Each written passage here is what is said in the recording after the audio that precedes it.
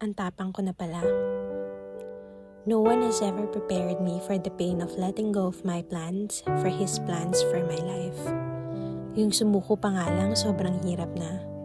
Isuko pa kaya yung sariling pangarap para sa Kanya. Dati, gigil na gigil ako na mangyari lahat ng bagay. Tapos biglang iiyak sa tabi kapag hindi nakuha ang gusto. Pero alam mo, nagpapasalamat ako sa Diyos kasi hindi niya pinatulan yung mga immature prayers ko noon.